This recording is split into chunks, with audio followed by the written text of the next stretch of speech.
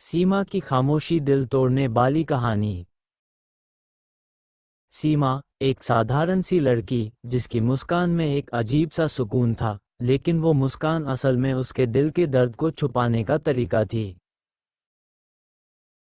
गांव के एक छोटे से घर में उसकी शादी को 5 साल हो चुके थे।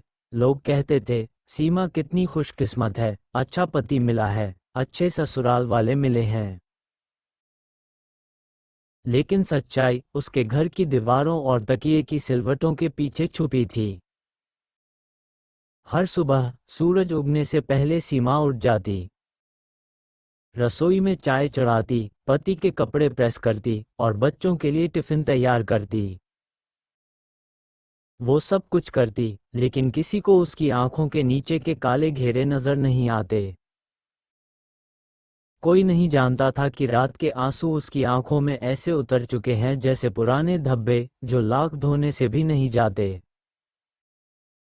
उसका पति रवि बाहर से देखने में एक जिम्मेदार आदमी, लेकिन घर के अंदर उसका रवैया अलग था।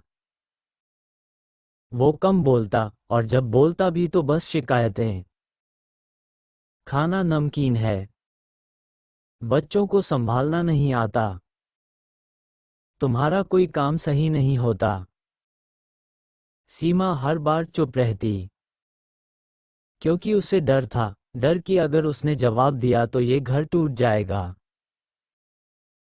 और सीमा को घर टूटने से ज्यादा उस घर में रहने का दर्द सहना आसान लगता था।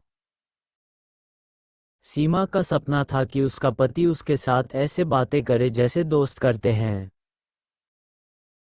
वो बारिश में भीगते हुए चाय पिए, रात को छत पर बैठकर तारे गिने। लेकिन ये सब बस उसके सपनों में ही रह गया।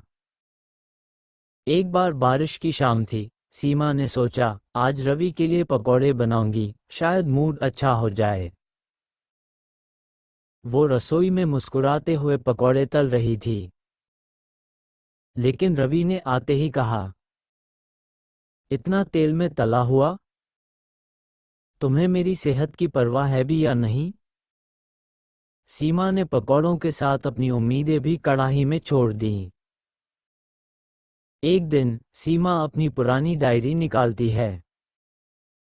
उसमें कॉलेज के दिनों की बातें, सपने और कुछ छोटी छोटी कविताएं लिखी थीं। उसने पन्ना पलटा तो आखिरी लाइन पर लिखा था, कभी अगर मैं चुप हो जाऊं तो समझ लेना कि मैं बहुत बोल चुकी हूं। वो लाइन पढ़ते ही उसकी आंखों से आंसू बह निकले। उसे एहसास हुआ कि वो सच में चुप हो चुकी है। अब वो न हंसती है, न रोती है, बस जी रही है। शाम को उसकी छोटी बेटी रिया ने मासूमियत से पूछा, माँ, आप पापा से कभी हंसकर बात क्यों नहीं करती? सीमा ने उसका चेहरा चूमा और बोली, बेटा, कुछ बातें सिर्फ दिल में होती हैं, जो जुबान तक नहीं आती। रिया को तो समझ नहीं आया, लेकिन सीमा का दिल फिर से भारी हो गया। एक दिन सीमा ने तय किया, अब वो खुद के लिए भी जिएगी। उसने फिर से अपनी पुरानी किताबें निकाली, सिलाई मशीन पर बैठी और छोटे छोटे ऑर्डर लेने लगी।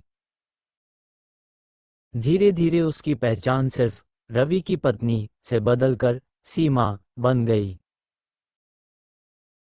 लोग अब उसे पहचानते थे, उसका नाम लेते थे।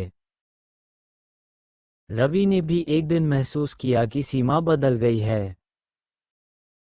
वो अब सिर्फ उसके लिए नहीं जी रही, बल्कि अपने लिए भी जी रही है। शायद उसे तब पहली बार एहसास हुआ कि जो औरत दिन रात तुम्हारे लिए सब छोड़ देती है, अगर वो खुद के लिए जीना शुरू कर दे तो तुम उसकी दुनिया में सिर्फ एक हिस्सा रह जाते हो, पूरी दुनिया नहीं।